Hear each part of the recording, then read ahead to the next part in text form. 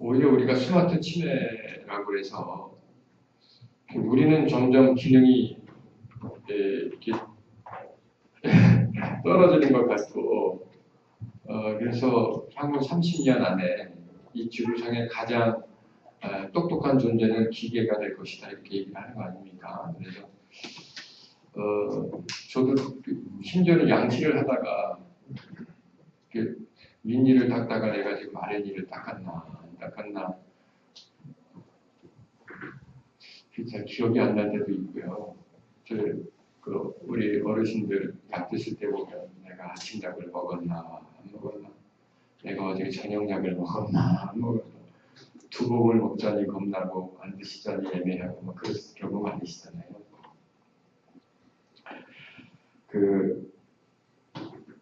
어떤 아들이 이제 어머니 회갑잔치를 치렀는데 어떤 회갑잔치가 기억이 안 나가지고, 우리가 보통 회갑을 육순, 회갑 이러잖아요. 육갑잔치 치렀다고 그렇게 얘기를 했대죠. 단어가 여러분들 잘 생각나지 않으시잖아요, 그죠?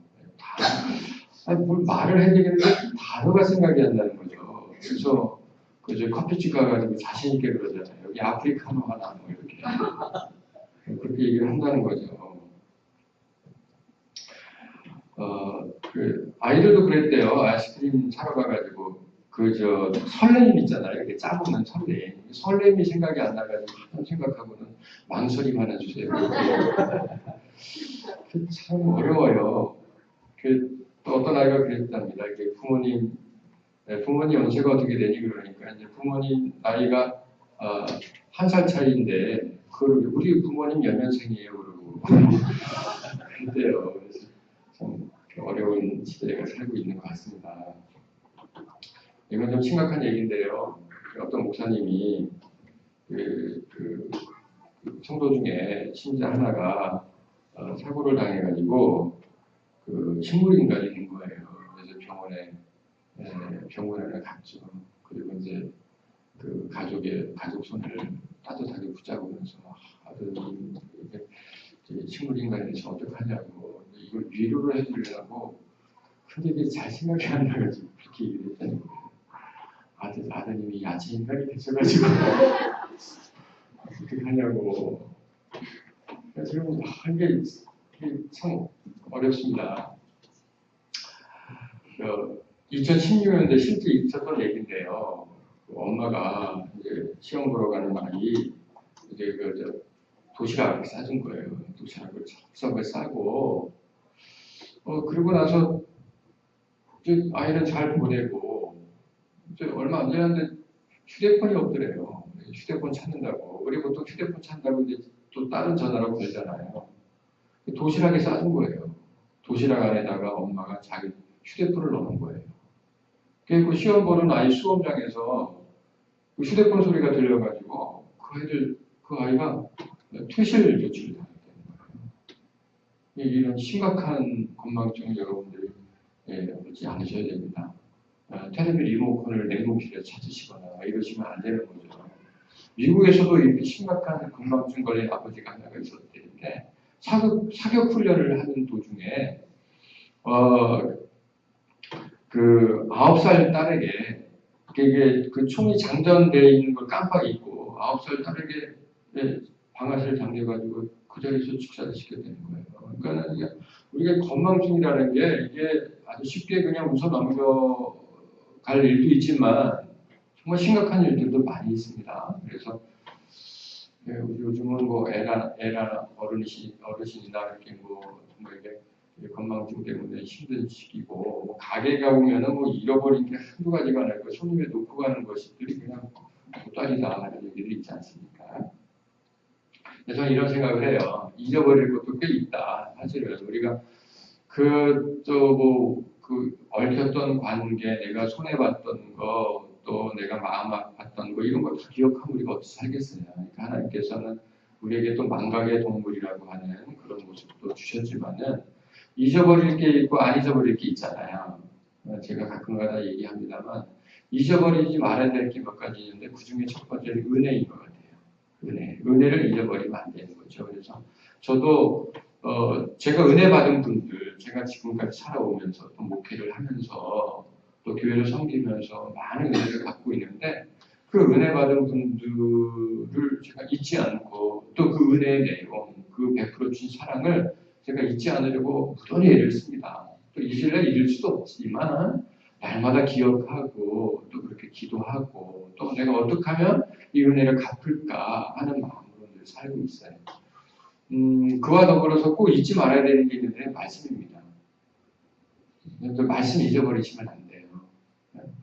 제 아내가 이제 직장 생활이 거의 영어로 통해지는 직장을 다니다 보니까는 이제 영어에 대한 이 굉장히 부담감이 많은 사이에 그 영어 성경 구절을 이렇게 외우는 훈련을 지금 계속 하고 있습니다. 누가 시키지도 않았는데 본인이 그걸 열심히 하는 거예요. 아침에 일어나가지고 1시간 넘게 그동안 외웠던 성경 구절 계속 외우고 그리고 어느 날 기도를 영어로 하고 있다는 거 아닙니까? 그래서 좀 깜짝 놀랐습니다. 앞으로 나한테 영어로 말하면 어떡하나. 그런데 그 말씀을 우리가 잊어버리지 않는 것 굉장히 중요합니다. 여러분들 혹시 이제 교회에 비치된 성경책 보고 계신 분들 계시잖아요. 이제 이제 교회에서 대구로 가실 때 성경책 꽂아놓고 가시죠. 거기에 말씀도 꽂아놓고 가시면 안 돼요. 말씀은 어떻게 갖고 가시죠? 여러분들의 마음에 새겨서 가져가셔야 돼요. 미간과 손목에 가지고 가셔야 돼요. 그래서 여러분들 삶 속에서 그 말씀이 말씀되게 하셔야 되거든요. 그런 의미에서 지금 우리가 성도의 7가지 내적 자질, 그것을 우리가 이제는 하나님의 의의 무기 7가지라고 하는 그런 주제를 가지고 듣고 있잖아요. 그렇죠? 그것이 우리가 오늘 읽은 고린도후서 6장 6절부터 7절에 나오는 그 말씀입니다. 한번 본문을 다시 한번 보셨으면 좋겠는데요. 보시기 전에 우리가 지금까지 공부했고 또 공부하고 있는 4가지 무기를 여러분들 기억하시죠? 첫 번째 무기가 뭐였습니까? 깨끗함이었습니다. 두 번째는요? 지식이었고요. 세 번째는요? 오래 참음이었고 지금 우리가 듣고 있는 4번째는요? 자비함입니다. 잊어버리지 마셔요. 정말 잊어버리시면 안 돼요. 그러면 이 의의 병기 7가지를 여러분들 계속해서 들으실 텐데 다음 주가 우리가 맥추감사 주일입니다. 1년을 중간 결산하는 정도의 하나님께 드려지는 감사의 절기거든요. 우리 의의 병기 7가지도 어떻게 보면 한 중간 결산 정도 하고 있는 거예요. 4번째 무기에 절반 정도 들었으니까 딱 반환점을 돈 거거든요. 이쯤에서 여러분들이 한번 되돌아볼 필요가 있는 것 같아요. 그래서 좀 시간을 할애해서 잠깐 점검을 해봤으면 좋겠어요. 본문 고린도서 6장 6절부터 7절까지를 다시 한번 보시죠. 깨끗함, 지식, 오래 참음, 자비함, 성령의 감화, 거짓이 없는 사랑, 진리의 말씀, 이것이 7가지 의의 무기입니다. 이것은 하나님의 능력으로 공급되어지는 것이고 우리에게 의의 무기로 제공되어지는 것이에요. 그래서 우리는 이것을 좌우에 가지는 완전 무장할 필요가 있는 것이죠. 그러면 이 7가지, 적어도 우리가 이제 3가지는 완전히 들었고 4번째 무기를 공부하고 있는데 어느 만큼 이해하고 계시나요? 혹시 내가 이 중에 한 가지를 아주 굉장히 강력하게 경험해 본 적이 있다 이러신 분 계신가요? 내가 일상생활에서 내가 적어도 하나님께서 주신 이 3가지 무기 그리고 지금 장착해주고 계시는 이 자비함이라고 하는 4번째 무기까지 내가 한번 사용해 본 적이 있다. 그렇게 경험해 보신 적 있으신가요? 저는 꼭 있으시기를 바라고 또 사실은 있으셨을 줄로 믿습니다. 마찬가지로 깜빡깜빡 다 잊어버리셔가지고 내가 그랬나 안 그랬나 애매모호하기도 하실 수 있겠습니다만 이 7가지는요. 우리의 삶에서 의로운 무기로 발휘됩니다. 성경 속에서 배우는 것이 아니에요. 여러분들 교회 안에서 공부하는 것으로만 맞춰지면 안 됩니다. 우리의 삶 속에서 이 7가지는 의로운 무기가 되는 것입니다. 그래서 이 의의 병기 7가지를 배우기 전에 3가지를 여러분들이 강조받으신 적이 있으실 거예요. 첫 번째는 뭐냐면 이 7가지가 우리의 삶 속에서 과연 의로운 무기라고 인식되고 있는가 아니면 믿어지고 있는가. 정말 깨끗함이라고 하는 것이 나의 삶 속에서 의로운 무기구나. 이게 무기구나. 라고 내가 믿어지는가. 그렇게 내가 생각하고 있는가. 이게 대단히 중요한 첫 번째 문제 제기였고요. 두 번째는 뭐냐면 이것이 실제로 사용되고 있는가. 칼은 칼집에 꽂혀 있는 데까지 아무 능력이 없는 겁니다. 칼집에서 나와 무라도 자르는 순간 그 칼의 역할이 감당되는 것처럼 이 의의 무기는 우리 삶 속에서 사용되어져야 합니다. 보관되시면 안 돼요. 마치 오래된 예화처럼 불쑥 목사님이 찾아가셔서 한 공사님에게 예배드리자고 하니까 잠깐만 기다리시라고 하고는 먼지 쌓인 성경책을 툴툴 털면서 나오는 한글을 보면서 그 목사님이 절망했다. 이런 얘기가 있는 거죠. 성경은 꽂아두는 데 능력이 있는 게 아닙니다. 자동차 운전석 위에 보기 좋게 놓아두라고 있는 게 아닙니다. 우리 삶 속에서 실제로 사용되어야 됩니다. 성령의 능력으로 발휘되어야 한다는 거죠. 뿐 아니라 세 번째 심각한 문제 제기가 있었죠. 결국 그 의로운 무기를 사용하여 승리하고 있는가. 그것이 하나님의 목적이시거든요. 내가 깨끗함을 통해서 승리해 받는다. 라는 거죠. 그렇기 때문에 우리가 어떤 무기를 내 삶 속에 장착하게 되면 매뉴얼을 정확히 알아야 됩니다. 제가 군대에 있을 때 처음 들어가니까 M16 그 소총을 주더라고요. 그래서 이제 그거 가지고 이제 사격 훈련을 했습니다. 그러면 그 총의 재원에 대해서 분명히 알아야 됩니다. 재원이라고 하는 것은 길이, 무게로부터 시작해서 그 자세한 내용들입니다. 그걸 다 외워야 합니다. 그 무기를 사용하는 병사는 반드시 그 사용하는 무기에 대해서 정확히 알아야 합니다. 그리고는 제가 K2라고 하는 K1이라고 하는 소총을 사용하게 됐습니다. 이렇게 접어서 짧게 만들 수 있는 특공대원이나 아니면은 뭐 전문 병사들이 이제 사용하는 소총인데 쏘면 잘 안 맞는 총입니다. 조준해서 쏘는 총이 아니라 그냥 이렇게 막 쏘는 총인데요. 이 K1 총을 이제 사용하게 됐습니다. 그래서 제 총은 K1이기 때문에 K1에 대해서 분명히 알아야 돼서 그 재원을 달달달 배웠습니다. 그리고 저는 포병에서 있었는데 105mm 포병이라 그래서 일명 똥포인데 미군이 사용하다가 버리고 간 걸 우리나라가 침수단지처럼 모시고 사용하는 포였습니다.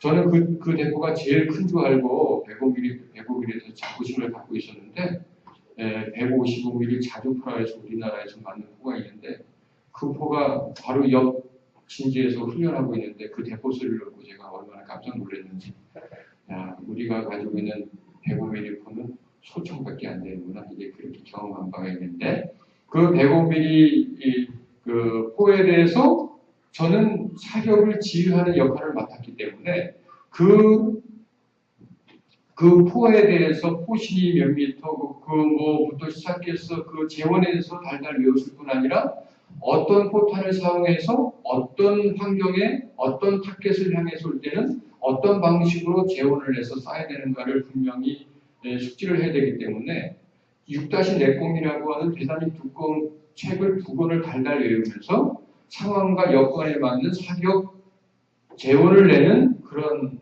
역할을 감당했습니다. 그래서 실제로 그 2권을 달달 외웠습니다. 밤에 쓰는 조명탄, 낮에 쓰는 또 높은 곳에 쓰고 낮은 곳에 쓰고 또 바람이 불고 또 비가 오고 하는 그런 모든 환경에서 정확하게 타켓을 쏠 수 있는 방식을 내는 것이죠. 병사는 그런 겁니다. 의로운 무기를 하나님께서 우리들에게 맡기셨다는 것은 하나님께서 우리를 의로운 전쟁의 군사로 부르신 거거든요. 그럼 우리에게 맡기신 그 무기의 재원에 대해서 우리가 정확히 알고 있어야 되지 않겠습니까? 깨끗함이라고 하는 무기를 우리가 사용하기 위해서는 깨끗함에 대한 무기를 정확히 이해하고 있어야 되는 거 아니겠어요? 그래야지 그 무기를 정확히 사용하고 그 무기를 적재적소에 사용하여 우리가 실제로 승리할 수 있는 거 아니겠습니까? 그럼 제가 한번 여쭤보죠. 첫 번째 무기였던 깨끗함은 무엇입니까?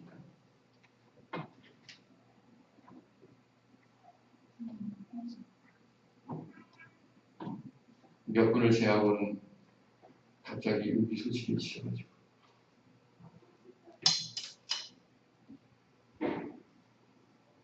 깨끗함은요 제가 다르게 표현을 했어요. 마음 전쟁이라. 마음 전쟁. 무릇 지킬 만한 모든 것보다 마음을 지키라고 잠언서에 말씀하신 것처럼 성도로서 우리가 이 깨끗함의 무기를 장착하기 위해서는요 내가 지금 마음 전쟁을 치르고 있구나 라고 하는 현장감 속에서 살아야 돼요. 아, 내가 지금 마음 전쟁을 치르고 있구나. 마음 전쟁이라는 게 뭡니까? 사단과 마귀가 우리의 마음을 공격하는 거예요.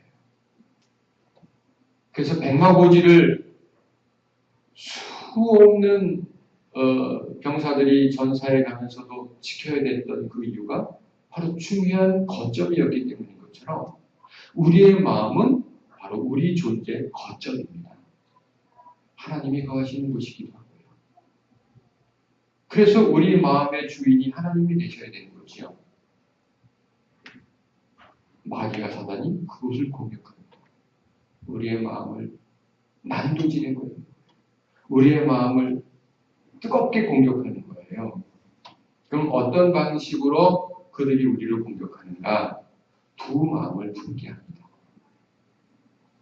그래서 영적 깨끗함이라고 하는 것이 바로 뭐냐면 두 마음을 품지 않는 거예요. 영적 깨끗함이라고 하니까 내가 영적으로 40일을 기도하고 일주일에 3번 정도는 금식을 하고 로부터 시작해가지고 여러 가지 우리가 신앙적 행위를 생각할 수 있겠지만 그렇지 않아요. 그렇지 않아요. 영적 깨끗함이라고 하는 것은 우리가 두 마음을 품지 않는 거예요. 이 두 마음을 품지 않는 대상은 크게 하나님께 그리고 사람에게. 그래서 하나님께 두 마음을 품지 않는 것을 영적 정결함이라고 얘기하고요. 사람에게 두 마음을 품지 않는 것을 도덕적 정결함이라고 얘기하는 것이에요. 우리는 십자가의 원리를 정확히 알아야 합니다. 여러분 십자가를 어떻게 만약에 십자가를 그리라고 하면 어떻게 마치 우리가 한자를 쓸 때 획순을 얘기하듯 여러분들 십자가를 이제 쓰라고 하면 그리라고 하면 어떻게 여러분들 그리십니까? 한번 손으로 그려보세요. 다시 한번 자신 있게 보세요. 네, 대부분 다 그렇게 하시죠. 이건 그냥 열십자 쓰는 겁니다. 이건 열십자고요. 십자가는 이렇게 그립니다. 다시 한번 그려볼까요?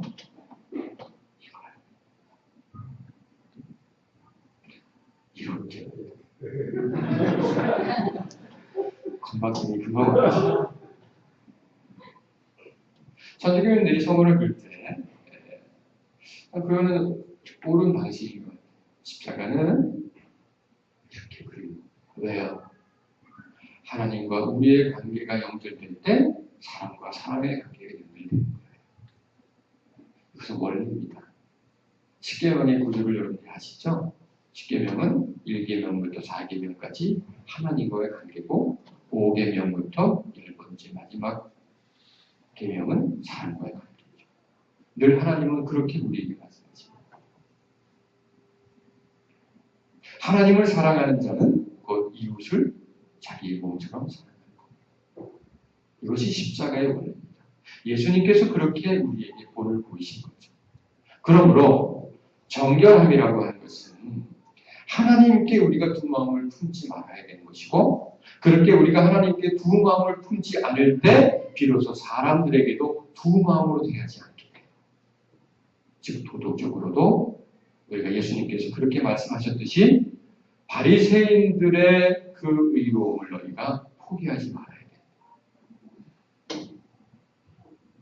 예수님께서 화의 실친저 외식하는 서기관과 바리새인들이라고 말씀하시면서 그들이 회칠한 무덤과 같고 독사의 자식 같지만, 그럼에도 불구하고 그들의 겉모양, 그들의 행실, 그것 또한 예수님께서 버리지 말라는 것입니다.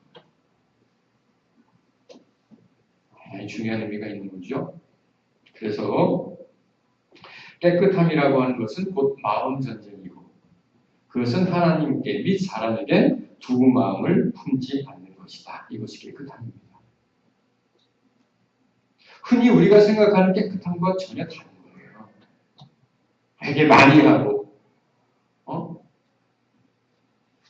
윤리적으로 살고, 거짓말 안 하고, 이런 어떤 지역적인 의미를 얘기하는 게 아닙니다. 그 본질은 곧 하나님과 및 사람에게 두 마음을 품지 않는 것입니다. 바로 이럴 때 이 깨끗함이 우리에게 능력으로 발휘됩니다. 이 구체적인 상황들은 여러분들의 삶 속에서 전개될 것이에요. 성령님께 의지하십시오. 하나님께서 여러분들을 깨끗함의 무기로 승리케 하실 줄로 믿습니다. 두 번째는 뭐였습니까? 지식이었죠. 조금 더 정확히 얘기한다면 하나님을 아는 지식입니다. 하나님에 대한 지식이죠. 하나님에 대한 지식, 그걸 한마디로 얘기하면 뭐였습니까? 그것이 왜 무기가 된다고 얘기했습니까? 그 의미에서 그 지식은 곧 다른 말로 한 단어로 표현한다면 뭐였었죠? 친근함입니다. 조지시나 공부하라는 게 아니에요. 성경을 달달 외우라는 게 아니에요. 그 지식은 곧 하나님께 친근히 나가는 것입니다. 왜요? 우리가 하나님을 멀리하거나 하나님을 외면하거나 하나님에 대한 부담감이 있는 경우는 거의 10중 8구 하나님에 대해서 잘못 알고 있기 때문에 그래요. 하나님에 대한 오해죠. 흔히 가르쳐 하나님을 만왕의 왕이라 말씀하시죠. 그런데 우리가 생각하는 왕에 대한 개념이 잘못돼요. 그 이야기는 우리가 이 구체적인 말씀 속에서 자세히 들었습니다. 궁금하신 분들은 오마이갓 말씀 동영상에서 찾아보시면 될 거예요. 왕에 대한 오해입니다. 자기는 일 하나도 안 하고 신하와 종들을 부리기만 하는 그런 의미로 우리가 하나님을 왕이라 생각하니 하나님은 우리를 부리기만 하는 존재로 생각하는 거예요. 그러나 그렇지 않습니다. 하나님은 졸지도 않고 주무시지도 않으시면서 왕으로서 우리를 지켜주십니다. 그 권세로 우리를 보호하시는 거예요. 또한 제가 우리 학생들에게도 그렇고 우리 성도님들에게도 기도의 시작은 늘 하나님 아버지라고 말씀드려봅니다. 그것은 관계이기 때문이고 하나님을 어떻게 부르는가가 우리의 믿음의 모습이기 때문에 그럽니다. 혹 우리가 기도 중간에 주님이라고 부를 수도 있고 그 외 여러 가지로 부를 수 있겠지만 그럼에도 불구하고 기도의 서류는 늘 아버지여야 합니다. 왜요? 자녀된 우리가 하나님께 나아가는 것이기 때문에 그래요. 오늘 학생부 예배에서도 대표 기도하는 한 학생이 이렇게 기도를 했습니다. 하나님 아버지. 그 한마디로 저는 너무 은혜 받았어요. 이 아이가 하나님을 아버지라 부릅니다. 그것으로 충분했어요. 우리 모두가 그렇게 하나님께 나아가기를 원합니다. 아멘. 그런데 중요한 것은 우리의 아버지들은 하나님 아버지와는 달랐다는 거예요. 저도 새 아이의 아버지입니다만은 제가 아버지로서 늘 부족했고 더구나 첫째 아이를 키울 때는 초보였습니다. 첫 번째 경험인 거예요. 제가 아버지로서 공부해보거나 경험해보거나 학습해볼 일이 없었어요. 그래서 첫 번째 초보 딱지 그대로 붙이고 아빠 노릇을 한 겁니다. 둘째 아이 때도 여전히 초보 딱지를 채 떼지 못했습니다. 그리고 늦둥이 비슷한 셋째 아이를 낳았는데 제가 얼마나 초보였는지를 뒤늦게 더 알게 되는 거죠. 그러니 거꾸로 생각해 보십시오. 그 아이들이 아버지 때문에 받은 초보 아버지, 미숙한 아버지 때문에 받은 상처가 얼마나 크고 깊을까. 그러니 우리는 모두가 아버지 하면 너무 따뜻하고 좋고 기분 좋고 상쾌하고 온전히 그러진 않다는 거예요.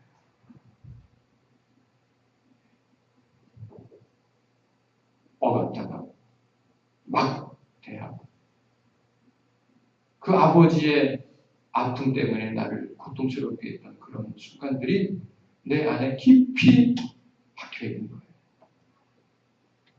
아버지 세대와 나의 세대는 분명히 다른데도 불구하고 아버지 세대의 경험을 가지고 당신의 세계관으로 자식을 키워내는 그 과정 속에서 아이들이 받는 그 소외감, 절망, 가슴 아픔. 이것이 온전히 우리가 자녀로서 모든 아버지들에게 받는 상처인 거예요.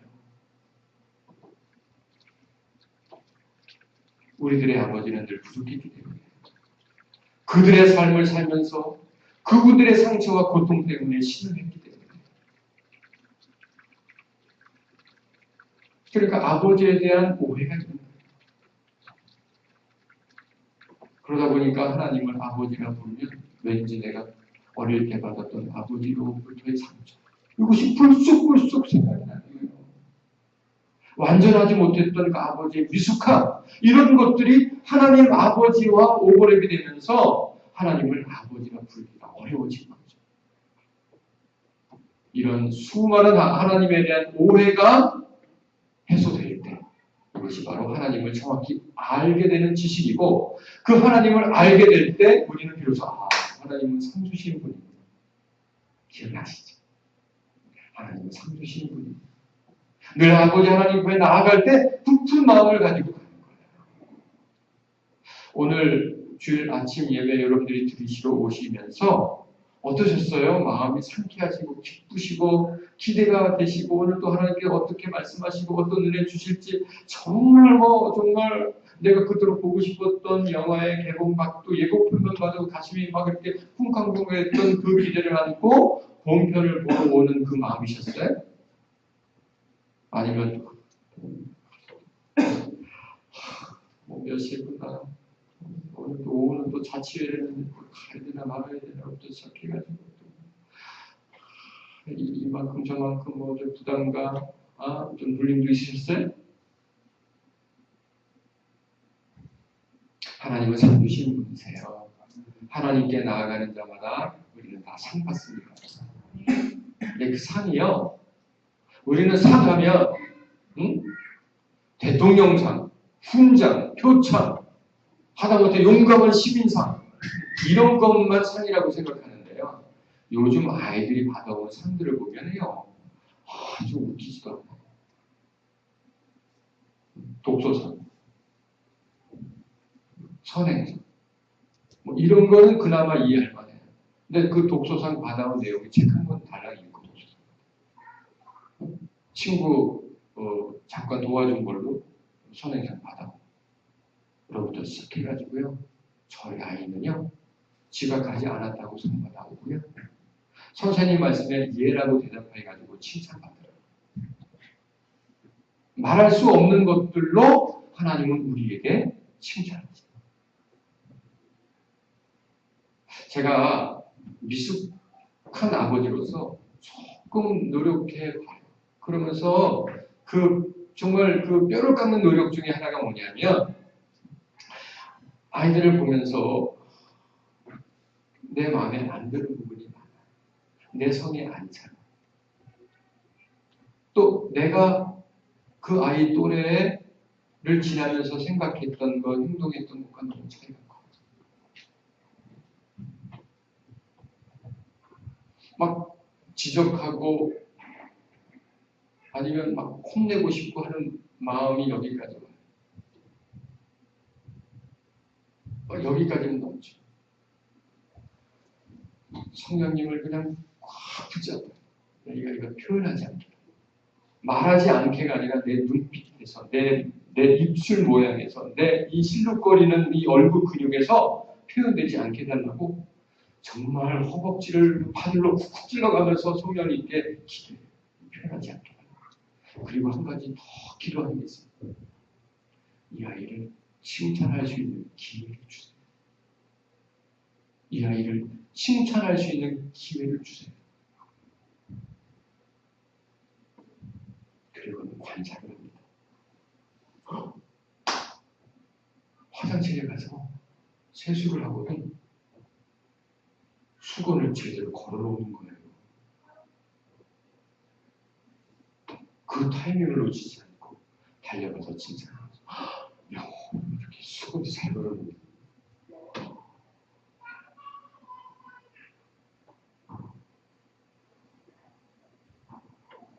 눈물 나는 투정입니다.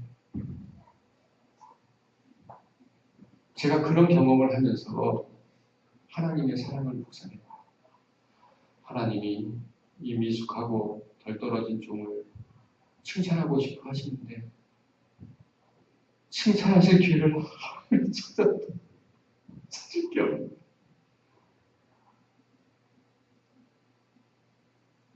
그러니까 어느 날은 출근을 해가지고 성령님이 제 마음을 이렇게 말씀하세요. 야, 너 오늘 제습기로 잘 갈았다. 지금 제습기가 우리 교회 한 너댓 대 있는데요. 이건 매일 안 갈아주면요 작동을 안 하거든요. 너 오늘 제습기를 열심히 잘 갈았어. 그리고 칭찬하셔죠.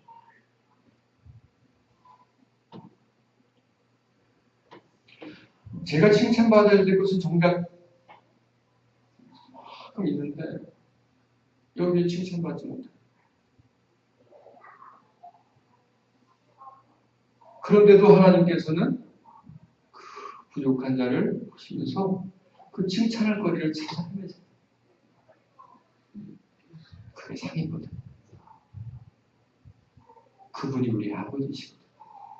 그러니 그분께 우리가 어떻게 친분이 나가지 않겠어요? 이것이 하나님에 대한 지식. 여러분 하나님께 친분이 나가세요. 극단적으로요. 여러분이 죄를 지실 때도요. 하나님 안에서 지세요. 죄를 지셔도 하나님으로부터 떠나지 마세요. 그리고 오히려 더 하나님께 바짝 붙으세요. 하나님 제가 또 잘못했어요. 마귀는 우리에게 이렇게 우리의 양심을 공격할 겁니다. 너 별에게도 낯짝이 있지. 너 그러고도 또 회개하려고 그러니? 너 지금 네 잘못한 게 한두 번이야?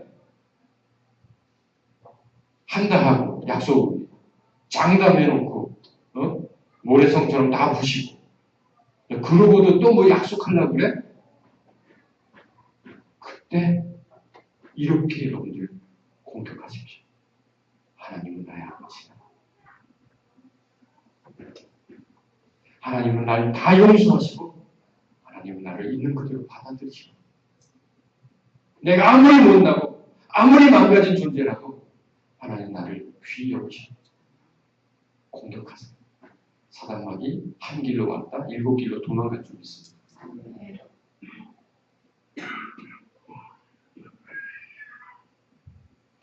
어떤 청년이 저에게 이렇게 2017년도가 시작되면서 첫 번째 주, 두 번째 주 예배를 열심히 드렸습니다. 그리고 저에게 이렇게 얘기했습니다. 목사님, 저 올해 목표는 주일 한 번도 안 빠지는 거예요. 그리고 그 다음 주부터 지금까지 한 번도. 제가 그 청년에게 페이스북으로 얘기해요. 넌 벌써 2017년도 두 번이나 예배드려. 포기하지 마.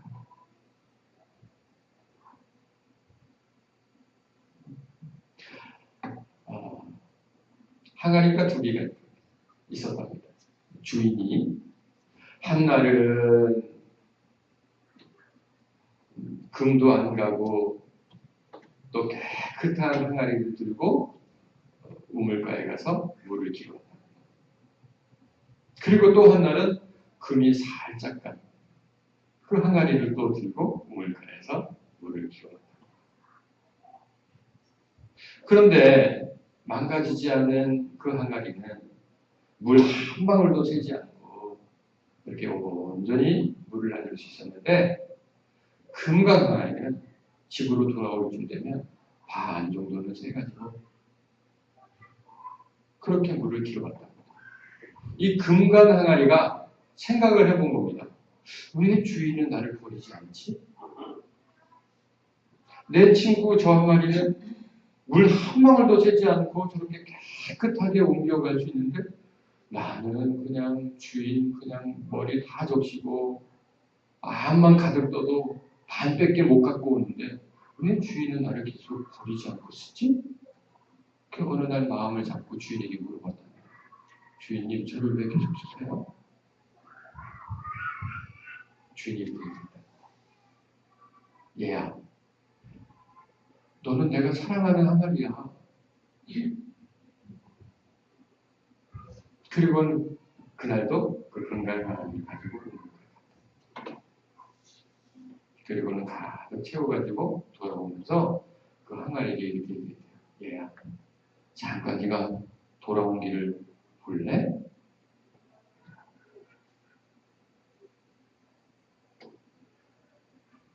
항아리가 자기가 우물가로부터 집까지 향하는 그 길을 넘어지 보니까요. 꽃이 피고 나무가 잘 자라고 있더래요.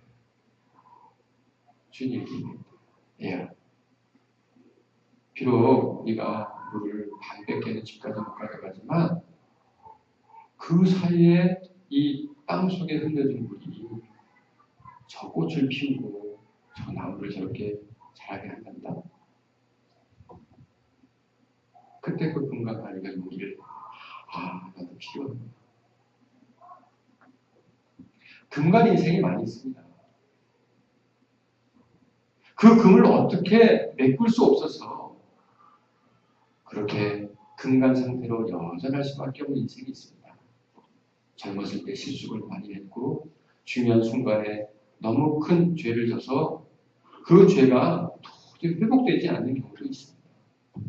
부도를 크게 내고 사람의 마음을 깊이 아프게 하고 심지어는 그 관계까지도 너무 망가진 경우도 있어요.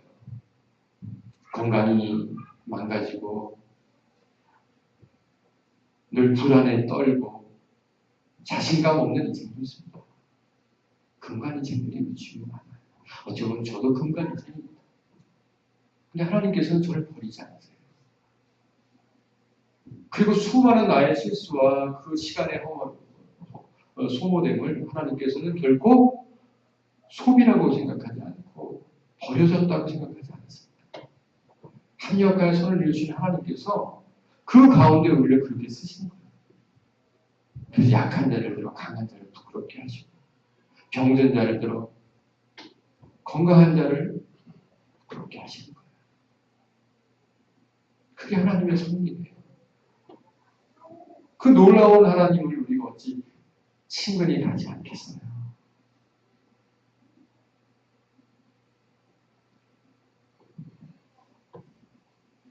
늘 마귀와 사단 우리의 자존감을 공격합니다. 잘못된 죄책감을 준다. 더 이상 속수무책 당하지 마십시오. 우리는 하나님의 걸작품입니다. 하나님이 가장 귀하게 여기시는 자들이에요. 내가 보니 내 자신이 금강 항아리 같아도 하나님은 나를 그렇게 귀히 여기지 않으십니다. 귀히 여기십니다. 너무 소중히 다루십니다. 야, 너 금 가는데 너 쓸데없어. 아니면 너 어떻게 좀 땜빵이라도 해야지. 요즘 보니까는 뭐 딱 붙이면은 완전하게 만든 테이프도 있다는데 그 테이프라도 덕지덕지 발라갖고 좀 물 좀 안 세게 할래? 그런 분이 아니라 금간 그대로 우리를 가장 귀하게 사용하시는 그분에게 친숙히 나아가시길 바랍니다. 세 번째 무기가 뭐였습니까? 오래 참음이었습니다. 오래 참음. 다시 한번 보십시다. 첫 번째 깨끗한, 그것은 다른 말로 뭐였습니까? 마음 전쟁이었고 두 마음을 품지 않는 거였습니다. 깨끗, 그리고 지식은요? 지식은 하나님을 정확히 알아서 하나님께 친근히 나아가는 겁니다. 오래 참음은 오래 참음은 하나님 바라보기입니다. 다 같이 해보시죠. 하나님 바라보기. 하나님 바라보기. 하나님 바라기예요. 그래서 이것은 모든 결정권을 하나님께 맡기는 겁니다. 내가 피해를 당하고 모욕을 당하는 그 순간 내가 보복하고도 싶고 원수를 갖고도 싶고 그 이상으로 정말 내가 뭔가 해보고 싶지만 그때 나의 모든 결정과 나의 모든 행동 그리고 나의 모든 생각까지 하나님께 맡기는 거예요. 그리고 하나님을 보는 거예요. 하나님을 바라보는 거예요. 그것이 오래 참음입니다. 그래서 오래 참음은 곧 그만두는 것이다. 이렇게 말씀드렸죠. 그만두는 것. 그래서 오래 참음은 브레이크. 그 다음에 자비함은 악셀레이트다. 이렇게 우리가 분명히 나눴습니다. 네 번째 무기가 뭐였습니까? 자비함입니다. 자비함. 자비함이라고 하는 것은 오래 참음에서 이제 시작되는 놀라운 능력입니다. 우리가 인생을 살아가면서 브레이크도 잘 밟아야 되지만 악셀을 또 그만큼 능숙하게 잘 밟아야 됩니다.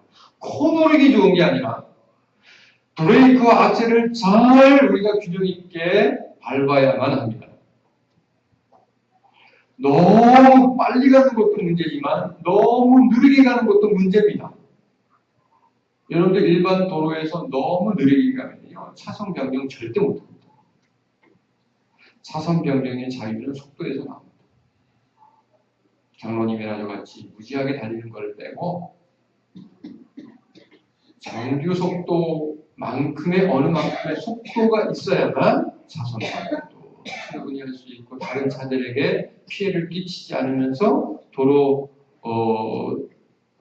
원활한 소통 가운데 서로가 잘 맞아떨어가고 가는 일입니다. 지난주 그 인터넷에 떠 있는 사진 중에요. 그 우리나라에서 자율주행차를 시험을 했답니다. 자율주행차 시험을 했는데요. 근데 사진이 하나가 나왔어요. 이제 신호등인데 빨간 신호예요. 이게 차가 서야 되는 거잖아요. 그런데 그 자율주행차가 어디 서 있냐면 횡단보도 중간쯤 서 있는 거예요. 그 밑에 댓글이 이렇게 달렸습니다. 자율주행은 개뿔. 뭐 이런 식의 자율주행인데 차선도 안 지키는 거예요. 빨간 신호였는데 횡단보도 물려서 서 있는 거예요. 그러면서 저거는 분명히 우리나라 국산 자율주행차가 맞아요. 뭐 이러면서 댓글이 달렸는데 우리가 모든 인생의 흐름 속에서는요. 브레이크도 잘 잡아야 되고 악셀레이트도 잘 밟아야 되는 거죠. 그래서 오래 참을 때가 있고 구체적으로 자비할 때가 필요한 겁니다. 그러면 우리가 지난주에 보았듯이 자비함이라고 하는 것은 결국 하나님의 자비하심을 따라 우리가 자비하는 거예요. 그 원하는 늘 하나님께 있죠. 이 7가지 모든 무기는 하나님으로부터 오는 거예요. 그래서 하나님께서 주셨고 하나님으로부터 공급되어서 하나님이 주시는 에너지, 그 능력으로만 발휘될 수 있는 것이 의의 무기인데 자비함이라고 하는 것은 대단히 결정적인 하나님의 근거가 있는 무기예요. 그래서 이 자비함이라고 하는 것은 우리가 모욕당하고 피해받았을 때 그 당사자를 오래 참는 것은 그저 보복하지 않고 견뎌내는 것이라고 얘기한다면 자비함은 구체적으로 그들에게 사랑을 실천하는 거예요. 그래서 그 첫 번째가 뭐냐면 우리를 핍박하고 고통당하게 하는 우리를 괴롭히는 사람을 향해서 어떻게 하라? 저주하지 말아라. 첫 번째. 그리고 두 번째는 축복하라. 축복하라고 하는 것이 뭐예요? 하나님께 복 주세요 라고 기도하는 거잖아요. 즉 하나님께 맡기는 거예요. 그런데 우리가 오래 참음은 이 정도의 오래 참음이죠. 내가 저 사람을 보복하지 않겠습니다. 그러나 하나님 아시죠? 이게 오래 참음이고요. 네.